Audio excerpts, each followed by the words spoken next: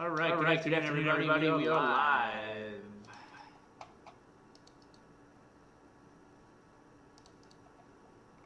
Sorry about the little delay. On the phone.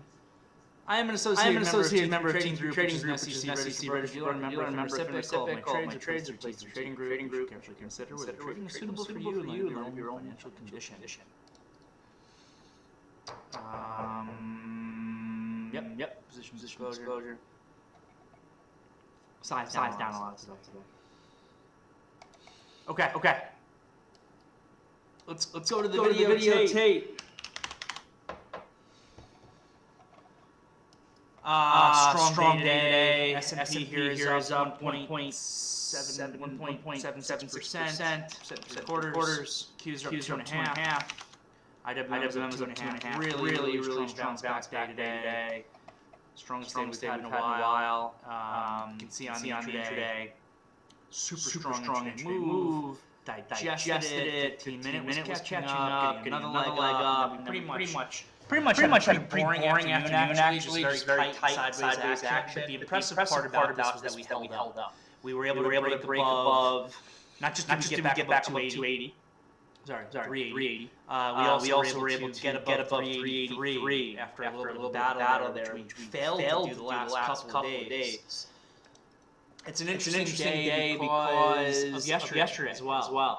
Yesterday was a pretty bad day. The couple days here I was cautiously optimistic. And we had inside day, almost 2 inside days in a row, where we kept knocking on this 383. So this day's high. I don't remember what that tail down day was. This one. Yeah, we sold off 383 on this day. So I have a false tail on my daily chart for 20 seconds. That's what I was trying to figure out. So basically, on the 20 seconds, we sold off 383. The next day, we got back up to 383. We tailed back up, got back up to 383.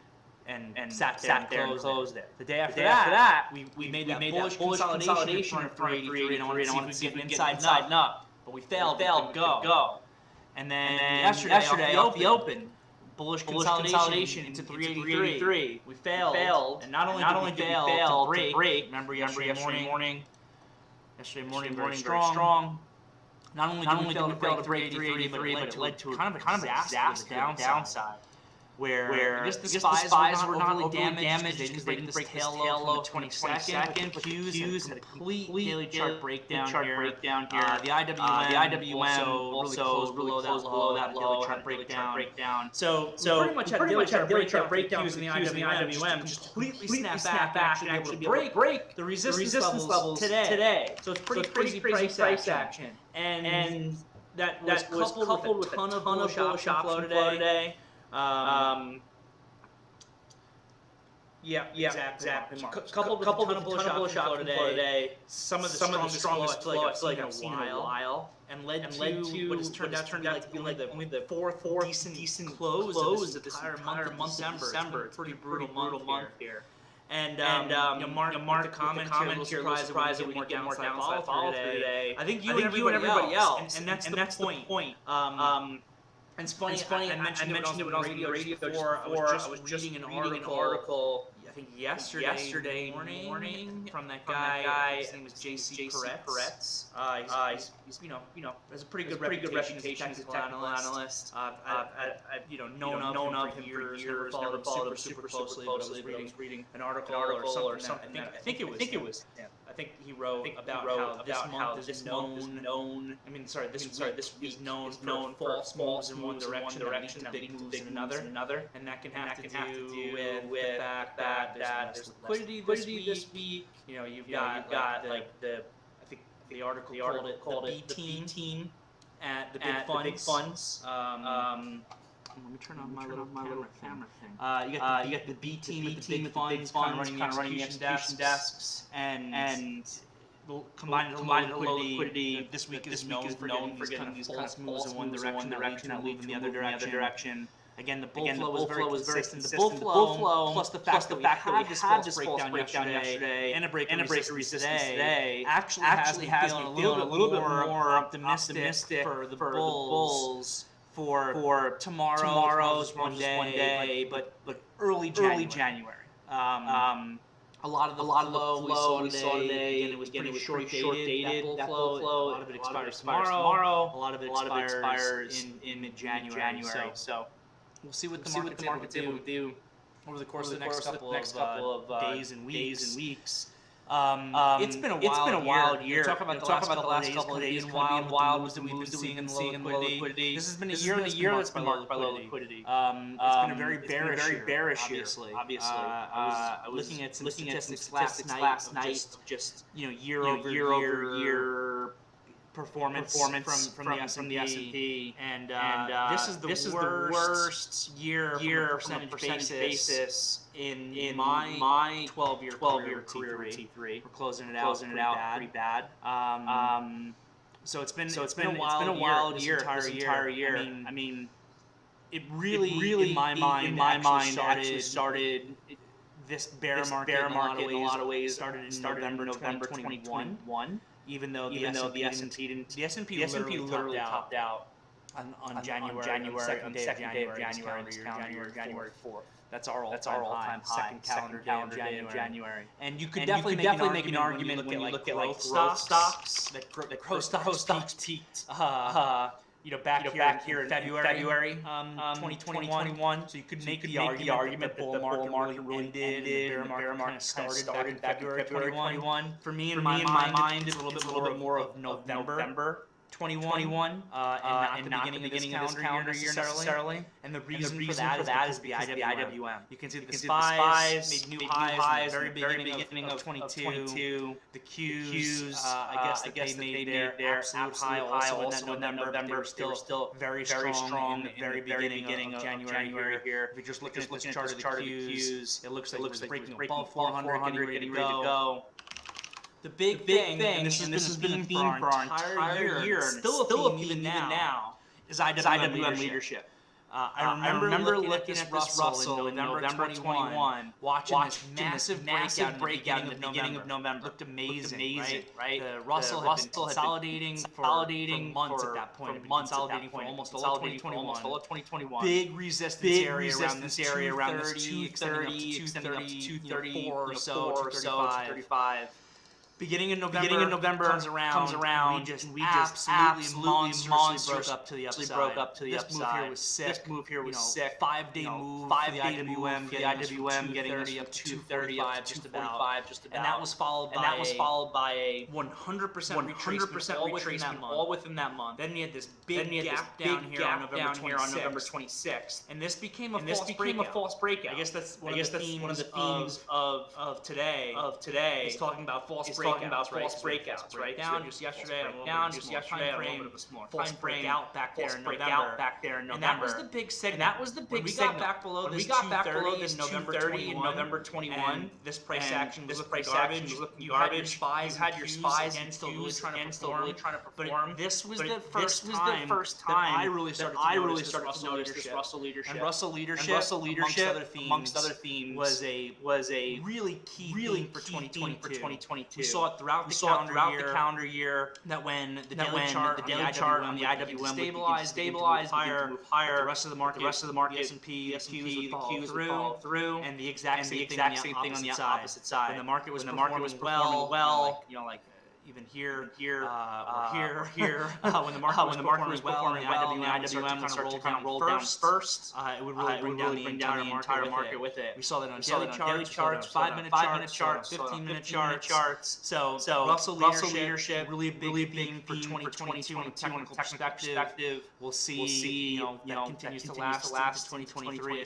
see no reason why it would change all of a sudden, because we're going into a calendar year. One of the other big themes is moving the dollar, and its correlation to the equity market. Strong dollar, weaker equity market.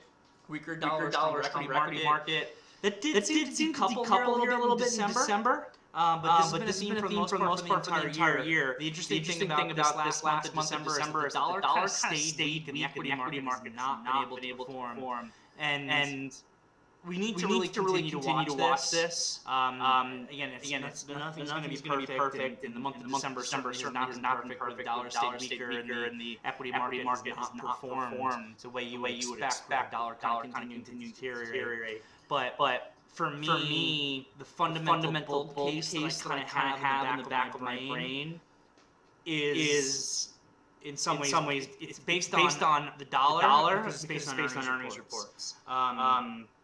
We've been talking now for probably a little over a month about our expectation of the story of this market beginning to move from it's not going to completely change, but beginning to move away from the Fed and inflation towards the economy. And again, it's not to say inflation is not going to matter. Inflation is going to matter. And I feel really confident that even though these last couple CPI prints have come in light versus expectation, that we will at some point in 2023 have many resurgences of inflation. We'll have some numbers that kind of come in hot. I'm sure it's going to happen again. And especially if that happens with a combination of deterioration in the economy, that's actually your bear case. The bull case in my brain though comes off of still seeing this dollar staying weak. It hasn't broken this descending channel that it's in. Not yet. It could.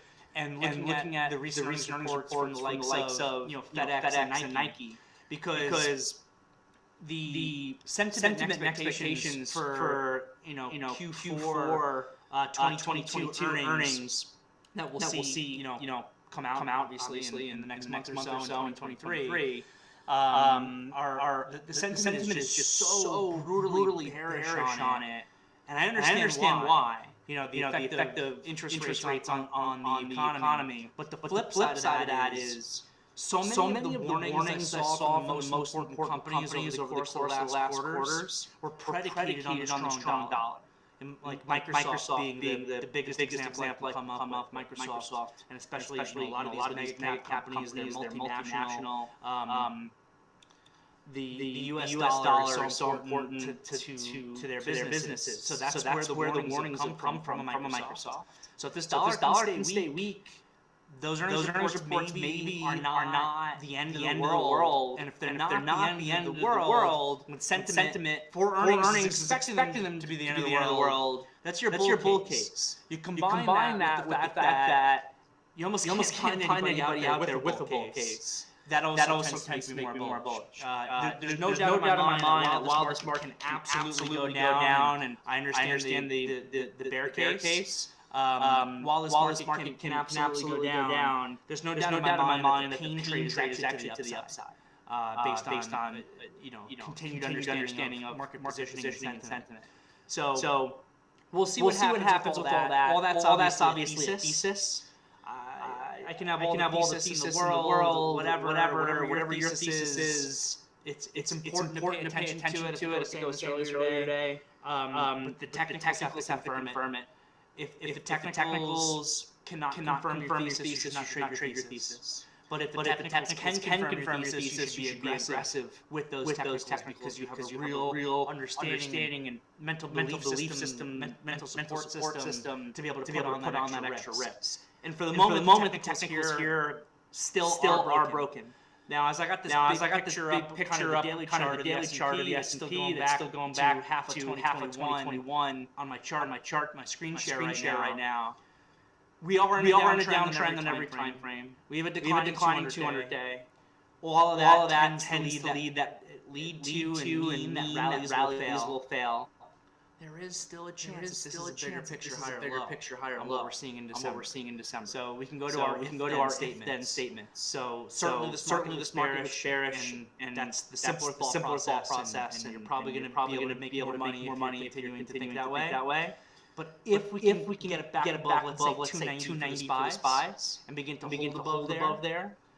Well, all of a sudden that kind of intermediate time frame becomes a lot more neutral. And then if we can really get back above, you need to get above 10. You get above 10 in the SPYs, all of a sudden this becomes a higher low. You're above the 200-day, which is still declining. The only way that you can ever curl up is if you're above the 200-day. And the big thing is that you really finally begin to break this major downtrend line. We have not been able to break it. We ticked above that major downtrend line on the CPI day on December 13th. And we even thought, I remember thinking, because the gap up, that there was the potential of a squeeze there. They sold the hell out of the market on that day.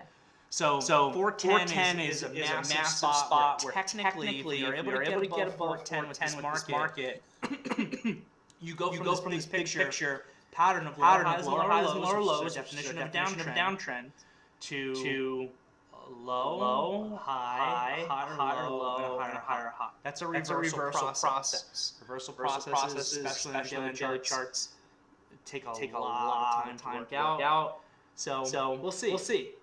Or the bears are just right and we continue lower and we work our way down to 300, 20 in the spies. It could certainly happen. Inflation stays sticky. The company earnings reports are great. But the big thing for me, again, a lot of this is predicated on the fact that the dollar does not break higher. The dollar can easily break higher.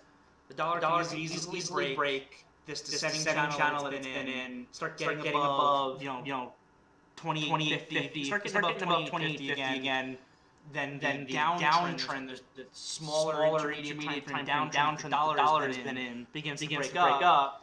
And then a lot of that thought process on, the dollar weakening, helping these companies with their earnings reports, a lot of that goes out the window. So if you combine the dollar staying strong with companies not spending, with throw in a couple of high prints on the CPI, which I do feel confident again, that at some point we will see some numbers come in a little high, but I don't think it's going to be immediately soon, because I think that the lagging housing aspect of CPI is still catching up, and that's actually still going to create some further downdrafts on the CPI number. But that's your bear case. This dollar is breaking up. I think that this market could be shot, and the downtrend we are in the market stays a downtrend, and we work our way down, find ourselves a new, more fundamental spot, and then the Fed goes into a pivot. A lot of people have made an argument. Smart people are making an argument as we kind of go into 2023. I originally saw maybe Goldman, and I've seen it, parroted in other places by other smart people. Is that one of the worst things that could happen is that the economy actually can deteriorate too much in some ways, where we get and with that ends up leading to that refuses to pivot. So the inflation number doesn't come down as quickly as we hope, and the economy is like a mild recession type of deal, where jobs are still somewhat strong. The Fed refuses to create that pivot, and then this market just stays very stuck in a range-bound environment. That could happen as well. I mean, you have entire decades even historically where we've had sideways type markets. I haven't experienced that. I've experienced periods of time. I remember 2015 was a big year of sideways price action. The problem with 2015 wasn't just that it was sideways price action. It was sideways price action with no volatility. So I find for myself personally, for most traders, in this business tend to need either direction or volatility, or ideally a combination of both, for us to really be good and consistently profitable. And 2015 was the most difficult calendar year that I've ever seen for me, because we basically went sideways all year with no volatility. It was just a very tight market. Every day was boring. There was no trend to follow through. I remember still implementing even those earlier in my career, some of the rules that I now really have for my trading more in their infancy stage back then. But I remember implementing some reward maximization rules that I use now for keeping positions overnight and to see what sort of follow through I can get. I remember in 2015 to be like, all right, this position closed well, keeping it overnight. It was an entire year of immediately coming back down, giving my profits back, and kind of getting stopped out, and not being volatility for me to make cash flow on, not being directional. So hopefully that doesn't happen. I don't see any reason why the volatility would all of a sudden die down. I know we're dealing with the VIX at like $21 right now. You think that volatility would be lower than it is? It's not. I mean, this week alone, it seems like out of nowhere, all of a sudden, in 10-15 minutes, the SPY is $3 at a time, up or down. Even look at the percentage movements yesterday versus today. I mean, today, what did I just say? The Qs are up, 2.5% to 2.75% today. So still a lot of volatility. I don't see any reason why that's really going to die down. So we'll have that to pay us. But we'll see. I don't like to make end of the year calls like for 2023. I'm gonna save that for CNBC.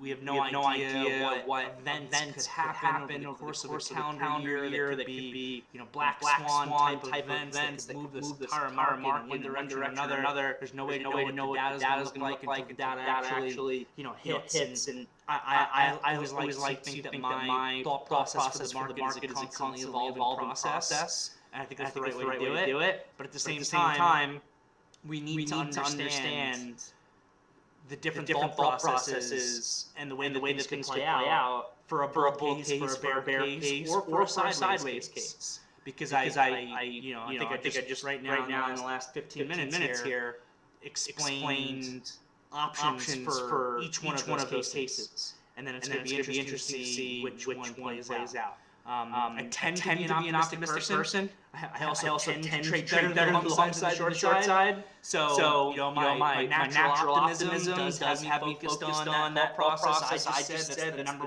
one thesis in my mind of the dollar not breaking to the upside, earnings not being as terrible as the market fears, the pain trades actually to the upside of the market, and us getting a little bit of a rally. But I would expect that there's going to certainly be some volatility in the process. Maybe we kick off a really strong rally in the beginning of January, really smash heads, some bears, get above 10. So a virtual cycle of buying begins to come into the market, and then you start hitting February, March, April, May, that period of time, and inflation's being a little bit stickier than we expect, and right as everybody is no longer hedged in the market, right? One of the reasons why we get a bounce here is because I think the max pain trade is to that upside. All of a sudden, everyone starts getting comfortable with that rosy scenario, and then inflation rears itself head again. Inflation is historically obviously a very difficult thing to combat. I do think that every event is always unique from each other.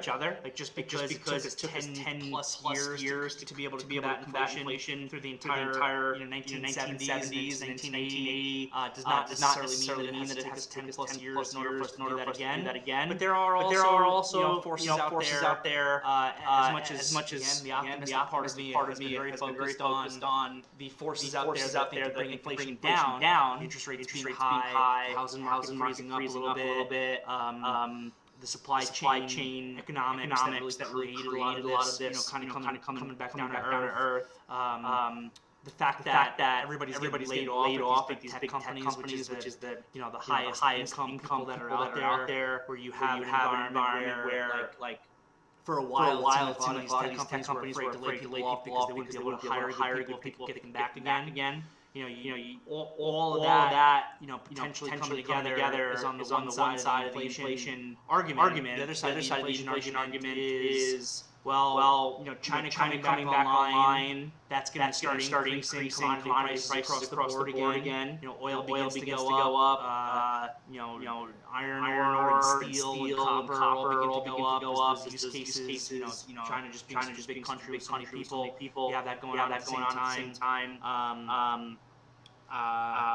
So you certainly have your inflation case on the other side, where inflation could be a little bit stickier than maybe the Fed is initially thinking with their couple-year projections. So a lot of ifs.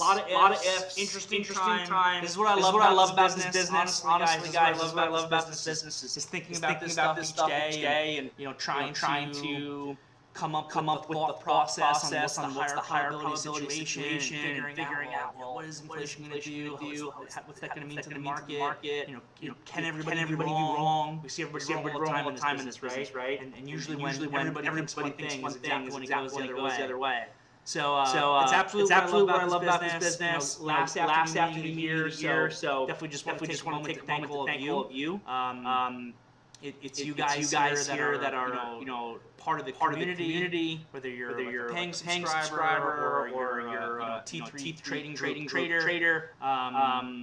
It's the community here that has really evolved over the years, and it's what makes us so strong. To be totally honest, it's like I always say it all the time. This is not the Derrick Oldensmith room or the Patrick room or anything like that. This is the pro desk room. This is where professional traders are coming together to share their thought process, their thesis, and everyone communicating with one another is what makes the entire team stronger. So I say it all the time, especially if you're a new trader, you're an experienced trader. I know we got new traders in the room. We don't communicate as much as I want. I also got really experienced traders in the room. I know I'm watching every day. They don't communicate as much as I would like them to either. Everybody communicate. It benefits all of us. If you're a newer trader out there, you're only going to learn and become more successful by putting yourself out there. You have to have thick skin. Don't be upset. It's personal. Sorry, Noah. I wonder. This could fix it.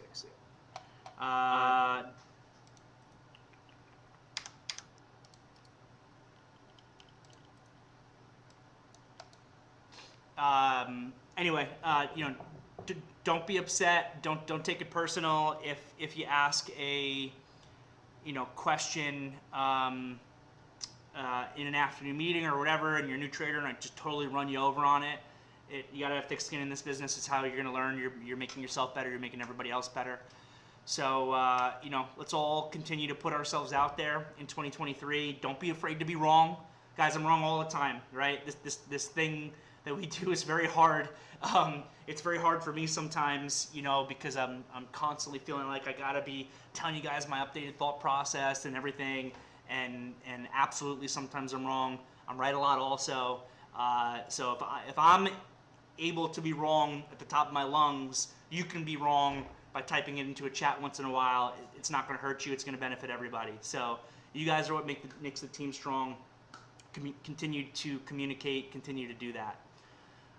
You're not sure what's going on if there's a bad echo in the YouTube. I think it was you, Noah. You gave some feedback in the YouTube the other day about bells and whistles that were going on. Oh, it did fix? Cool, it fixed it. So I appreciate that feedback actually also. I'm really trying to build out that YouTube, and I know every once in a while I have these tech issues. So, subscribe, like, all that stuff. I'm super pumped for 2023. I really am. I am a better trader after 2022. I hope that you guys, thanks Eddie. I hope that you guys are all better traders after this year.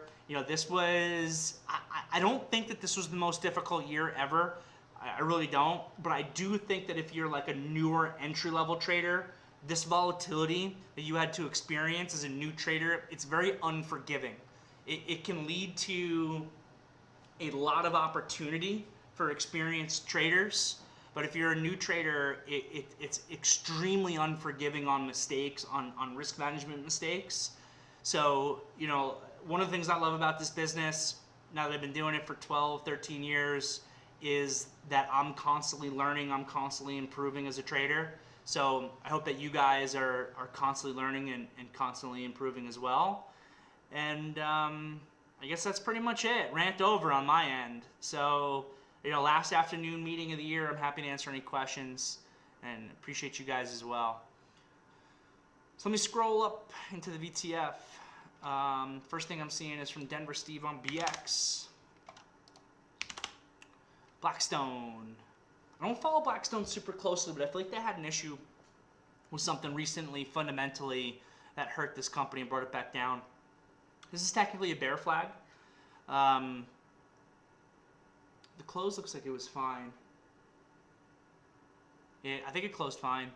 It's technically in a bear flag. The ADMA caught up to it. You've got some resistance around this, $75 to $76 area. I wouldn't be buying it here. I wouldn't be buying it at all probably. And potentially, if the market deteriorates, it's a short versus that resistance, or a short for a further breakdown that you can keep an eye on it for. And again, I'm pretty sure I saw that there was some news on this about some fundamental deterioration in the company, but I really do not remember what that was. From DJ, what is your rule for adjusting your stop on a position? I think you mentioned you use the high, low of the day after 15 minutes if your stop was broken overnight.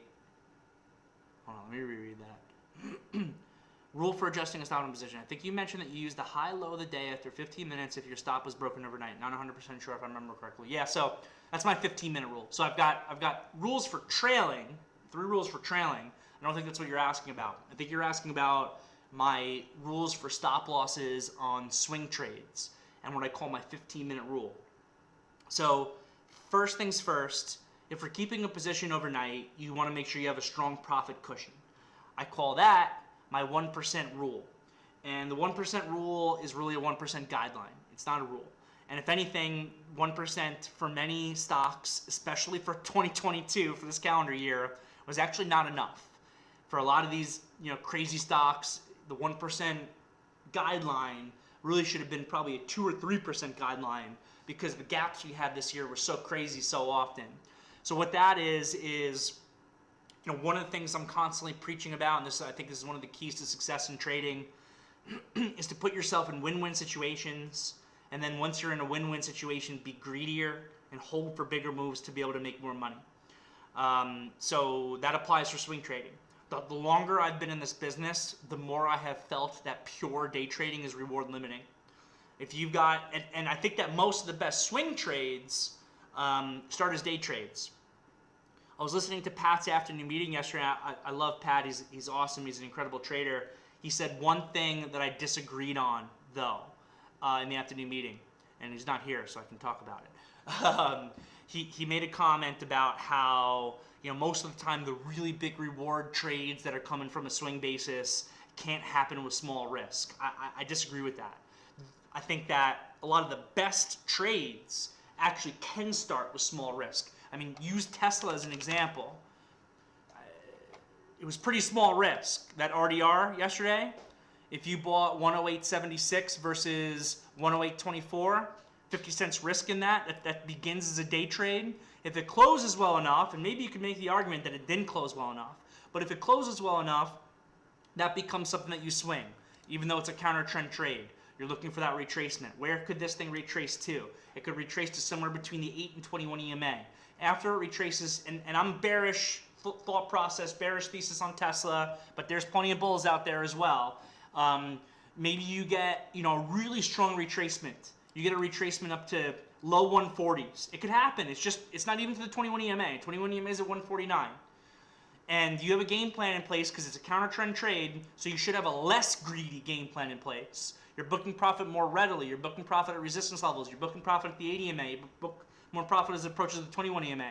It gets to that 142. You get a much stronger bounce than maybe we would initially expect. But you still have some. Because why not? You're in a win-win. You started with this trade with 50 cents risk. It closed well enough. You swung it. It gapped up the next day. It closed at 122.50. Next day, you get continuation. Within a few days, beginning of January effect comes back in.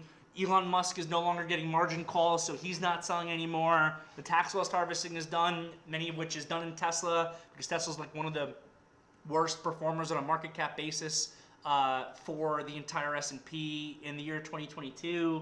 So this could be a name where the January effect comes in a big way. Next thing you know, over the course of a few days with a little bit of market help, you're looking at Tesla at 142. It pulls back, it makes a higher low at 130. Then it breaks that 142 pivot high. You have a reversal pattern there. Next thing you know, the stock works its way back up to 180 where there's a resistance level. That trade starts with 50 cents risk. That trade starts with very small risk. And I'm going on a big tangent from your question. But I want to, again, repeat some of these really important principles about win-win situations and knowing when to be greedy. I like to call it responsible greed. Being greedy with an appropriate amount of stock. And again, in a counter trend trade like this, it should not be a big position that you're holding $280. But if Tesla gets $280 without ever breaking this low, and that RDR with 50 cents risk worked, somebody on this team damn well better still have some stock at 180. Because there will be no reason not to. And even if it's the low probability move, where you make big money in this business is by capturing those lower probability, bigger moves. Preferably if you can do it with larger amounts of stock. Again, I understand this is a counter trend trade, so it's going to be more difficult to do it with larger amounts of stock. As a matter of fact, it'd be probably irresponsible to do it with larger amounts of stock. If it was a with trend trade, it'd be a little bit of a different conversation. So that's the win-win situation.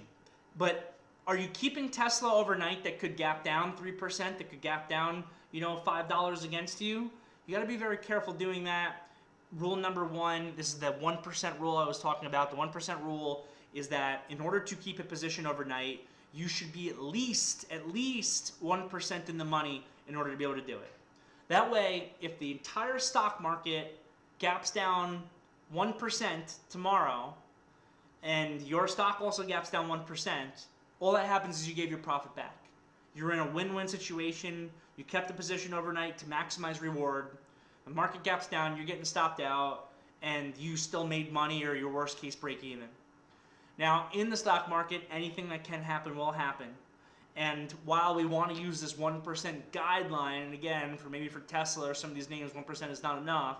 While we want to use this 1% guideline to try to put us in those win-win situations, we have to recognize that, all right, maybe I kept Tesla long because I had a 2% profit cushion, and Tesla, had bad news overnight. It's gapping down 4% against me. Stock's gapping past my stop loss. That's one of the worst things that can ever happen to you, and it's the big danger of swing trading.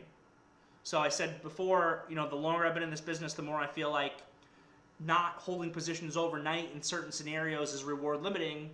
I also have to recognize that with it, that increased reward potential also does carry a degree of increased risk. News risk overnight, as an example, whether it's for the entire market or for your specific stock. So now, DJ, we're finally getting to the heart of your question, which is what I call my 15-minute rule. My 15-minute rule is if I have a stock that I'm swinging and it gaps past my stop loss, I do not exit that position for the first 15 minutes of the day. I know that in theory opens you up to unlimited risk. So it's dangerous. In practice, this rule has saved my butt so many times and saved me so much money. And the idea behind the 15-minute rule and why I don't liquidate in the first 15 minutes is that when you see panic in the market, or a degree of panic, first of all, it's usually in the open, and it's usually because how the market gapped. So when you have a stock gapping past your stop loss, if today Tesla gapped below yesterday's low, you are not the only person that's trapped in that stock. You are not the only person who has a stock gapping past your stop loss. So what do people do in that situation? They tend to panic. They panic right off the open. They puke out their stock. So a lot of the times I have found when this has happened to me, if I wait 15 minutes, whatever the heavy selling is that comes in off the open because the stock is gapping past that stop loss, or gapping past that important daily spot, it abates after 15 minutes. That panic selling abates. You get a pivot, and sometimes that low becomes an absolute low. And they shook people out, and then my trade still works. It's really happened like a surprising amount of times where that rule has actually saved me a lot of money. So my 15-minute rule is that if the swing position gaps past my stop loss, I do not get out for the first 15 minutes. Whatever the low is, if it's a long, if it's a short, it's the opposite. Whatever the low is after 15 minutes, I put a hard stop in at that price. Bam. That's it. Thank you for the question, DJ. From Rex, I was looking for a long setup on NVIDIA, Rivian, CHPT at the open. When it went back through yesterday's high, I went long CHPT at the open when it broke at 850 and I got stopped out at 850. And I got stopped out. Oh, when it broke 850, the price. Got you. I remember that. Yep. I like that trade. It was a pure momentum trade. I didn't get back in and look for other stocks, but with the market extension, I am so hesitant to go long. Even Rivian and Chop gave out an inside 5. I still didn't take it because the market is making a new high, but Chop and Rivian were giving inside 5, so therefore they were relatively weak. I remember saying that myself. I had me to think those stocks were weak. It turns out I missed a lot of opportunity this morning. Also, I was thinking the market will correct at some point. Turns out I was fighting the market to short. It's also my biggest struggle when the market is very strong or weak on the day. Is there any way to overcome the situation? Sure. So thanks for the question there, Rex. I remember talking about the CHPT the second the market opened, and it triggered through $8.50. I don't remember what the low was at that point. I think it might have been $8.44. And I was saying you could be buying CHPT through this $8.55 versus $8.44. It's like 6-7 cents worth of risk. But and I also specifically said this, it's a pure momentum trade. Why is it a pure momentum trade? Because the ADMA did not catch up to that low yet, right? This downside tail, this is the downside tail that took you out. This downside tail had not happened yet. The ADMA did not catch up to that low at that point of 44 cents. So what we know is when the ADMA has not caught up to your stop loss, you have a higher probability of a shakeout occurring. If you have a stop loss that's above the ADMA on the time frame that you are trading, you are always risking getting shaken out of the trade. That's why it's a momentum trade. The only way, right, that you can get paid on that trade is if momentum comes in the market. Because you're buying an extended stock, and not only are you buying an extended stock, you're using a stop loss that's even extended. I talk about it a lot. I hate using stop losses above the ADMA on the time frame that I'm trading. Absolutely hate it. Because I, similar to your situation here with CHPT, have been shaken out of so many of those trades, and then that trade still works. It's happened to me so many times. I hate using stop losses above the ADMA, yet I still sometimes do it. But when I do it, I recognize that what I am involved in is a momentum trade, and that if my stop triggers, it does not necessarily mean that my idea is wrong. And it's, by the way, that's another reason why I hate that stop loss, because for me, if I don't think that my idea was wrong, I have a tendency to fight the stock, and you shouldn't do that. If you get stopped out of a stock, you should only re-enter that stock because a new setup actually comes into play. So, CHPT, if you took that first initial momentum trade with the stop loss at 8.44, it shakes out. Market had a very quick downtick. I remember, and that was part of the issue. You almost can't even see it when you look at the 5-minute SPYs. But we opened up very extended. The market had a big gap up this morning. We had a very quick downtick here. What you got to remember when you're looking at charts is you're looking at charts after the bar closed. In real time when we're trading, the bar at a certain point didn't look like this. The bar at a certain point looked like a negative bar with like an upside tail at a certain point when the stock was trading at lows, when the SPYs were trading at lows. You easily could have thought at like 9:31 or 9:32 when the market was at lows that we were just having another one of those days that we've seen so often recently where the market gaps up and just pukes it all the way down. And then we came right back up and we turned all the way around with the market and with everything else. And the things that we thought would lead today did lead. But you still got shaken out of the momentum trade. The first thing I would tell you is I really liked your trade. You 6 cents risk in CHPT. I know it shook out, but look at the reward on it, right? If it didn't shake out, that 6 cents risk gave you 60 cents worth of reward intraday, and this would be something you should swing for the exact same reasons that we were just talking about. But it did. And I remember when it did, and I remember being like, well, that trade idea that I just called out to the team failed. Again, embarrassing for me, but not really, because, I take my own advice where I tell you guys don't be afraid to call out ideas that are wrong or trades that are wrong or whatever. I do it all the time, and it's just another example of it. I said, hey guys, you could be long charge point here at 8.50, stop loss at like 8.44, 8.43, whatever it was, momentum trade. It could shake out. It's a momentum trade, and it did. So, if you jumped in that and you took that loss because I called it out, I apologize, but I don't take it back either, because I think it was a good trade, and I still think it was a good trade. But then it gave another setup. The setup was basically the same thing. It was a little bit of a different setup. It's no longer a momentum trade. Now the stock had put in a downside tail here, 837, almost into the 80 MA, and is going back after 850. So now that's a second trade. It's more risk. It's 14 cents worth of risk. But that 14 cents worth of risk, if you get stopped out of that trade, then you know the idea is for sure wrong. As opposed to that first trade, because it's a momentum trade, you get stopped out, you don't know the idea is wrong. If this thing got back above 850, the 80 MA has now caught this low, and now this low breaks, the idea is wrong. You should take charge point off of your screen and not look at it the rest of the day, to be totally honest. So that was that trade. And then it sounds to me like, and this is unfortunate, and it's a little bit psychological, that loss and then missing out on getting back in and then seeing it work didn't enable you to get back into any of the other trades that were called out today. We had so many trades that were called out today that worked. You had the inside 5 setups that you're referring to.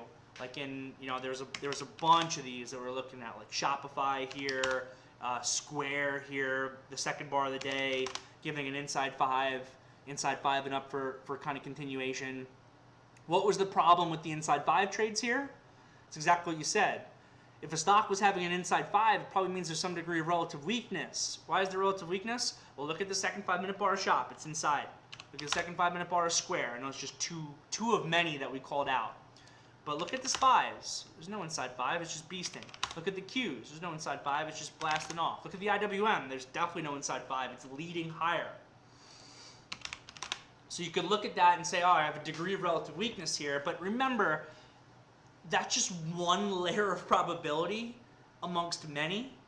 You have a little bit of relative weakness on a 5-minute chart, but the growth stocks as a sector was acting relatively strong. That's a layer of probability that's for it. You have the market taking off led by the IWM. That's like probably 2 layers of probability for it.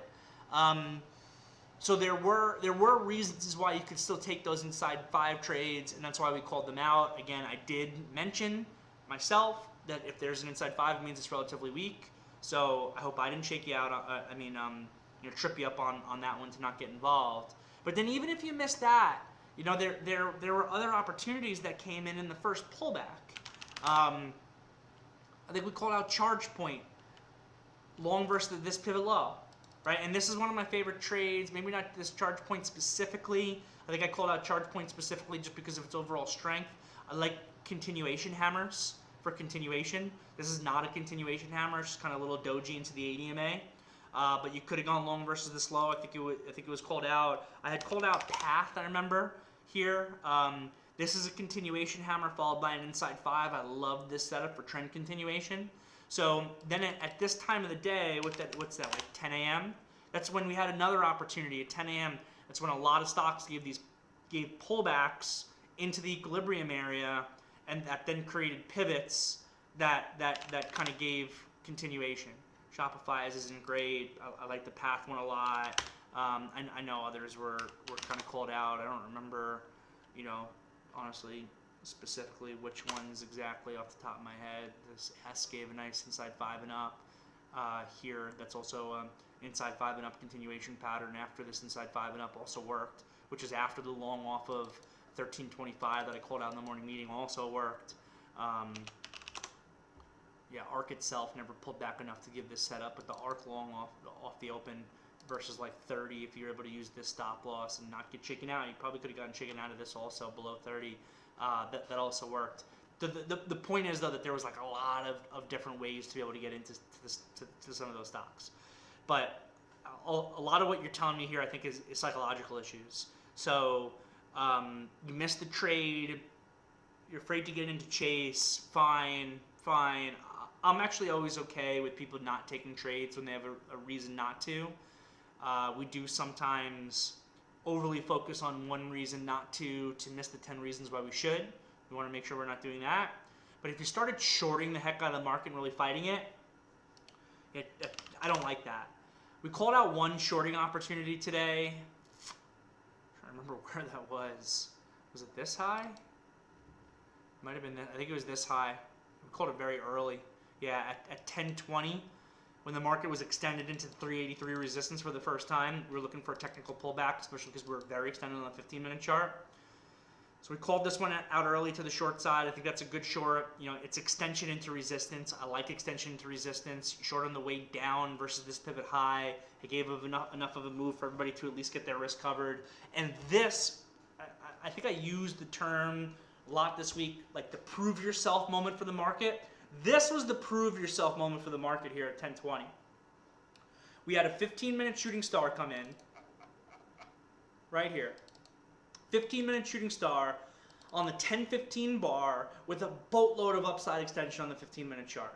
This is a very high probability of a pullback to the 80 MA on the 15. And then maybe you grind up. The market was so strong today that the next 15-minute bar broke that.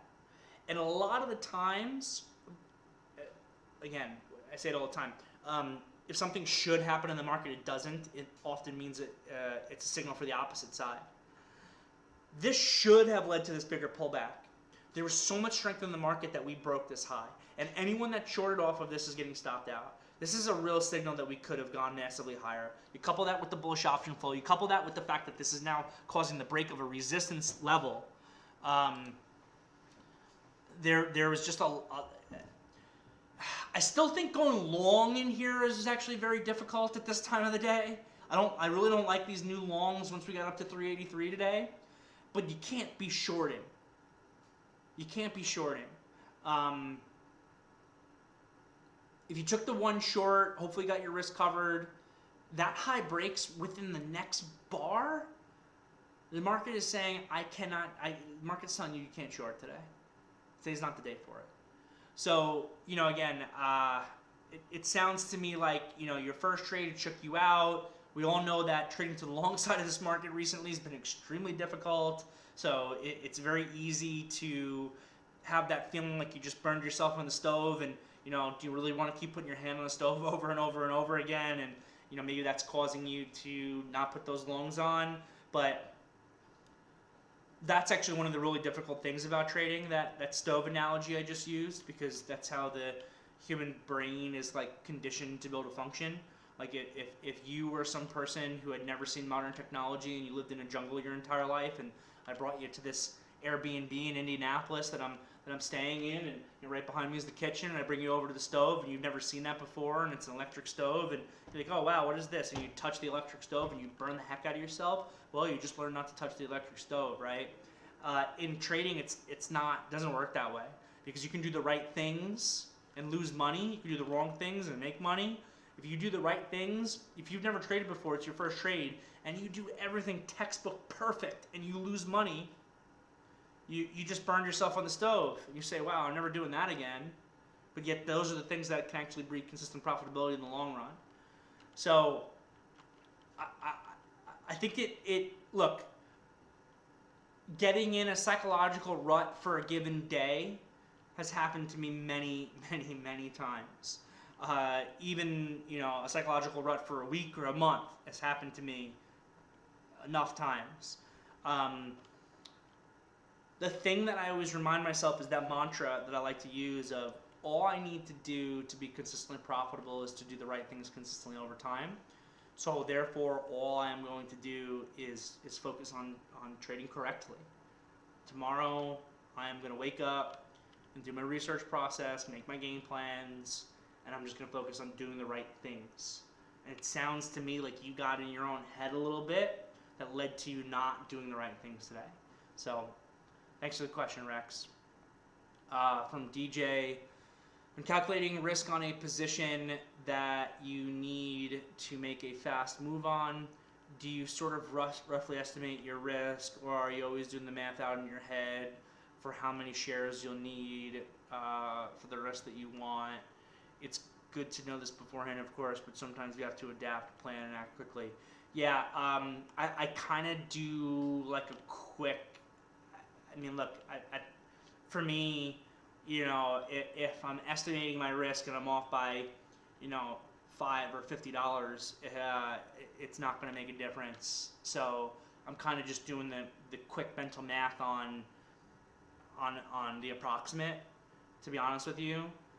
With that said, I've been doing this trader math for long enough now that the quick like mental math on it is usually like very accurate. So the answer is kind of both at the same time. I'm not getting a calculator out. You know what? I'm gonna say I'm very rarely getting a calculator out. I do that sometimes to kind of look at something.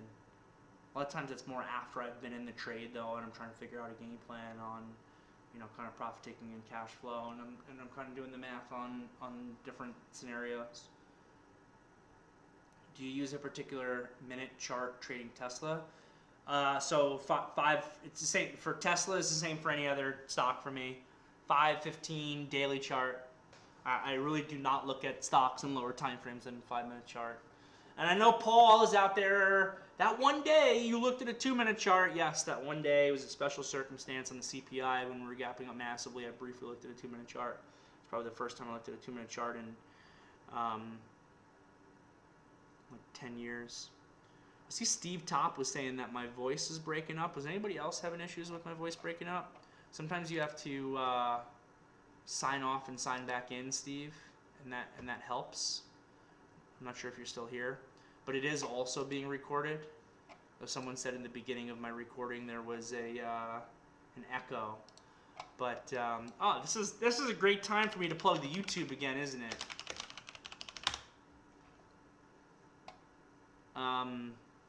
Subscribe to the YouTube where I broadcast the afternoon meetings, then they are recorded. And then, you know, subscribe and thumb it up, and even if the sound was off in the beginning of the meeting, I apologize for that, but give it a thumbs up anyway. So hope you're still there, Steve. Hope you could hear. It sounds like the issue might have been on your end. And again, you want to log off and log on to VTF every day. I'm actually really curious to know if you're still here, so say something if you're still here.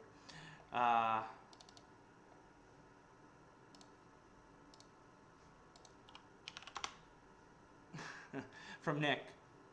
Just a broad question about risk skew. I know it takes time and should be based on layers of probability, and the grade of the trade is the basis for risk skew.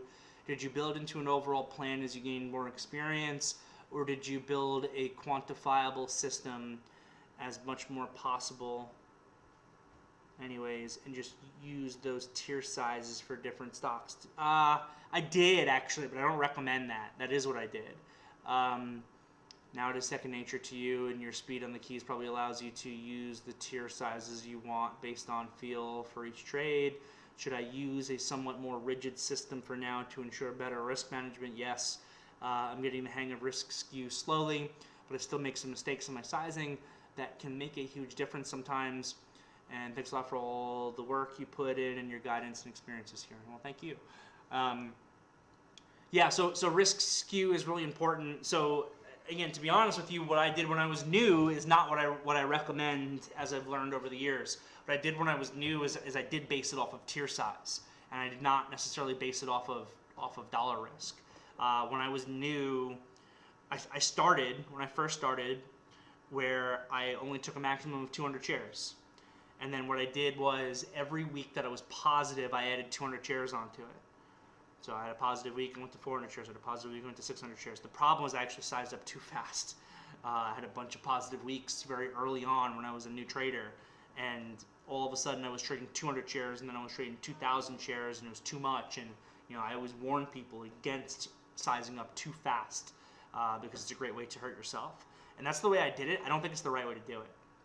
I think the right way to do it is actually, it's based on dollar risk of the trade. I think that you back into the math on your sizing. You always back into the math on your sizing. It's not, I'm going to take 1,000 shares, where should my stop loss be? It is, I want to risk $100, where should my stop loss be? Based on that, how many shares am I taking? And then you're creating a risk skew system as you're describing, and the risk skew system should be based on dollar risk per trade. And then you come up with your tier size based off of that. And then that also goes back to the trader math from the last question that someone just asked. Where you're just going to have to get good at that. You know, this is an A trade, I'm risking $1,000, stop loss is here, I should have, you know, this many shares, kind of deal. Any thoughts on a short on the SPY at 11 o'clock today from Denver Steve? Above 383 at 11 a.m. Sorry, 11 p.m.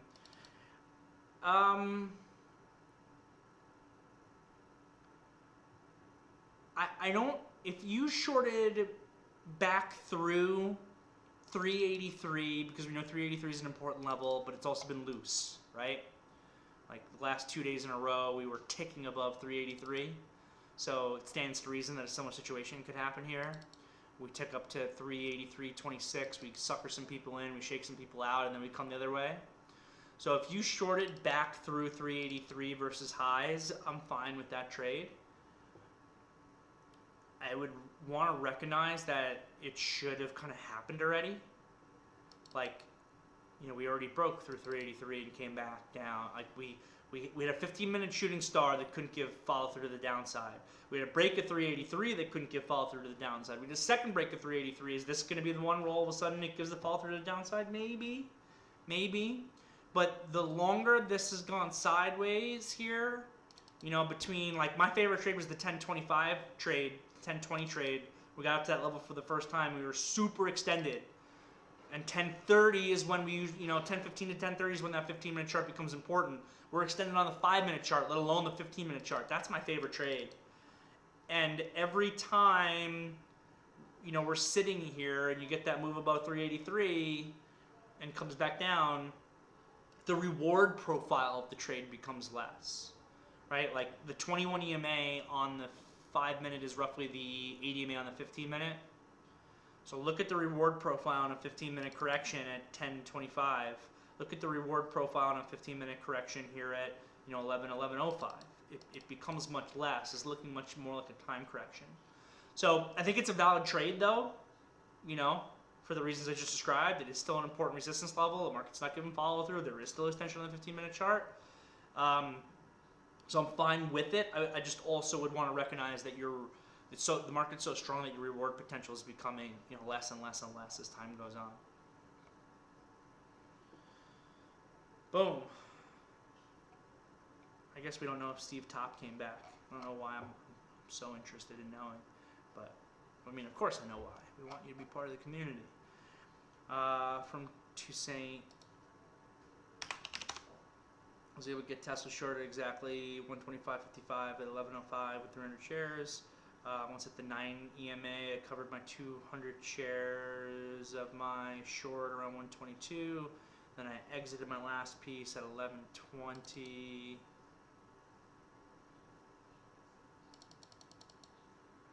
Yeah, I would just need to, I would be looking for more on that.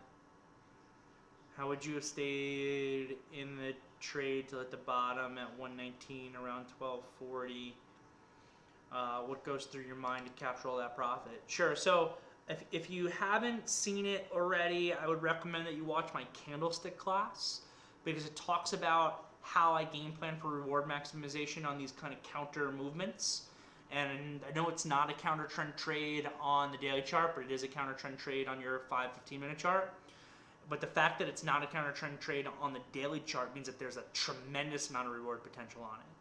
I do wish you were shorting from Tesla from an actual higher price to be able to get more actual daily chart reward out of it. But there's a real chance, because the stock was so weak, that you're shorting this 123.50, and next thing you know, the stock closes at 114 today, you swing it and it's at $100, it's at $95 next week. That could absolutely happen. And for me, the fact that you got out of all this is very reward limiting. You will never know where the bottom is. So the second part of your question about, like, how could I have gotten out at 119 at 1240, you can't know that. You implement a strategy for trimming and trailing. You know, this is a counter trend trade, so you need this retracement lower, which is what you're initially banking on. And I like your first kick. I'd rather it be half the position and not 2/3 of the position. But I like your first kick, you know, retracement trade, you're covering the risk, you get moved to the 8 EMA. From that point, on the other half of the position, I want to be greedier with most of it. Maybe be able to take a little bit off right here into the 21 EMA at 12 o'clock. you know, and then maybe you're left with like a quarter of your position or even less than a quarter of your position. But that remaining like 15 to 25% of the short, you should be looking to hold to $95. And fine, it doesn't go to $95. So you trail it, you know. You eventually, maybe you lower your stop to here, and then you get stopped out here. You get stopped out at 310, at 120.50. I would rather you get out of that last 15% of your position at 120.50 and make less money than cover it at 118.75 and say that you were able to cover the absolute bottom. You will make less in this trade, obviously, by getting out of your short at 120.50 versus getting out at 118.75. You will make more money in the long run by getting out at 120.50 instead of getting out at 118.75. Because in this case, you give it back $1.75 and get stopped out, or you make money in no matter what. In another case, you get this bounce back, you get this lower high, you get another lower low, you're breaking the opening low, you're trending down, you fill the gap, it closes weak. Tomorrow, Elon's getting another margin call. Next thing you know, this thing's at $92, the entire market's puking, and you're still short. And you're short when everybody and their mother was still looking for this thing to go higher and go up more and be long. I think that's what you want to do. Do I think that Tesla has any more legs? I absolutely do. I don't think Tesla's done going up on this bounce. I'm disappointed, actually, in the degree of the bounce today. I thought for sure we would see 125. I think that 125 would be my lowest target on this bounce. I think that 130 to 135 is very, very reasonable. And a bull case on this bounce would be low 140s. Don't sell the reward short on the trades, guys. That's the big thing. Don't sell the. No, you should reach out to your Class B member, who I think is Josh, right? Reach out to Josh, and ask him about my training program classes. You should have access.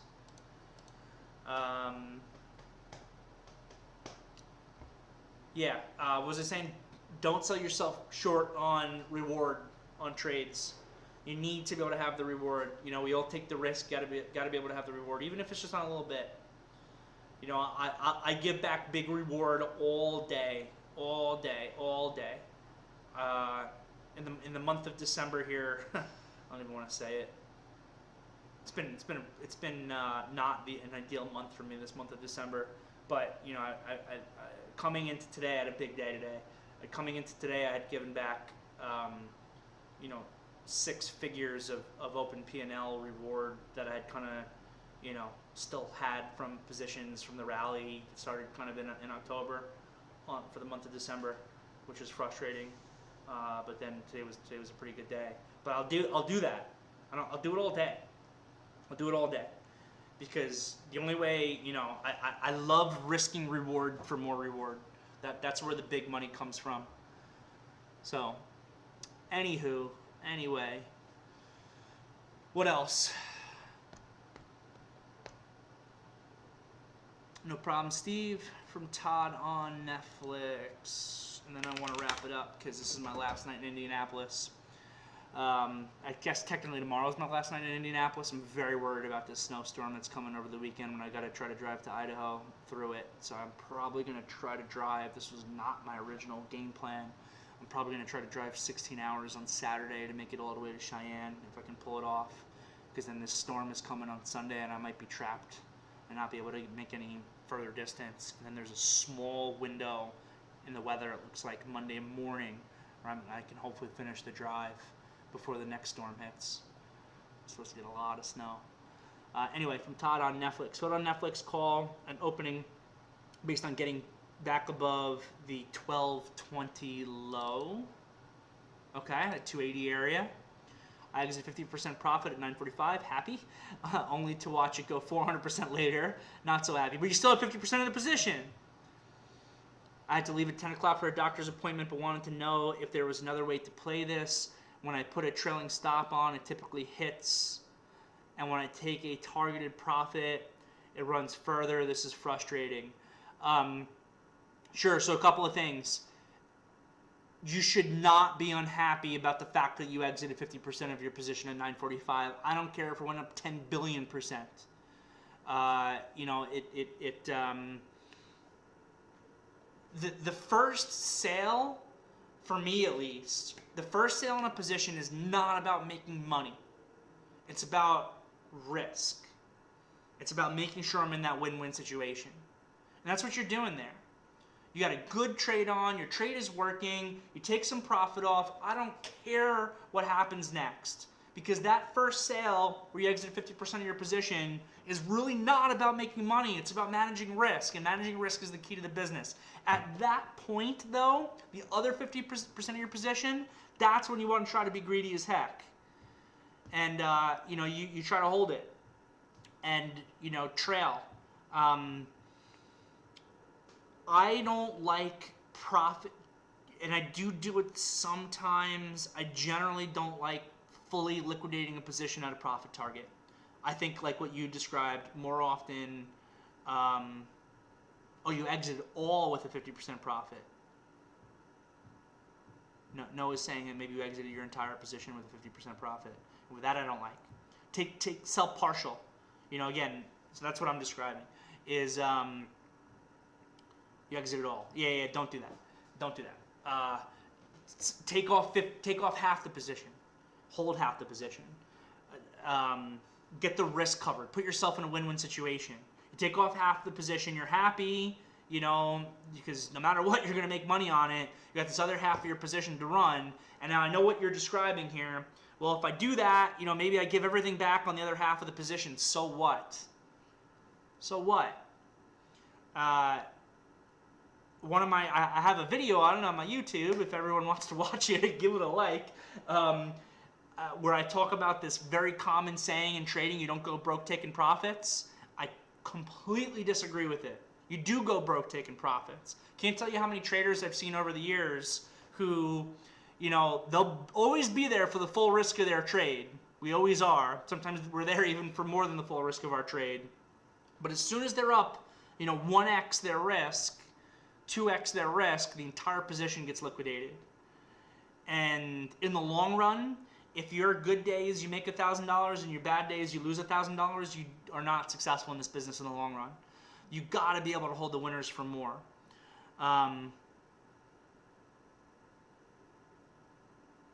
Yeah, or I mean, I don't know what your sizing was, but like if you had 2 contracts, sell one and keep one. It is what it would be. I wouldn't, you know, sell the entire position and then buy a new position.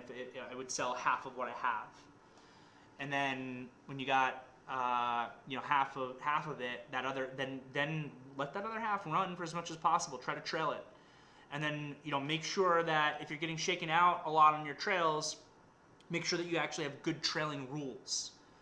You know, I have 3 rules for trailing, which I won't get into in long detail here today. Happy to do it in an afternoon meeting next week. But pivot point, EDMA catch up, new high.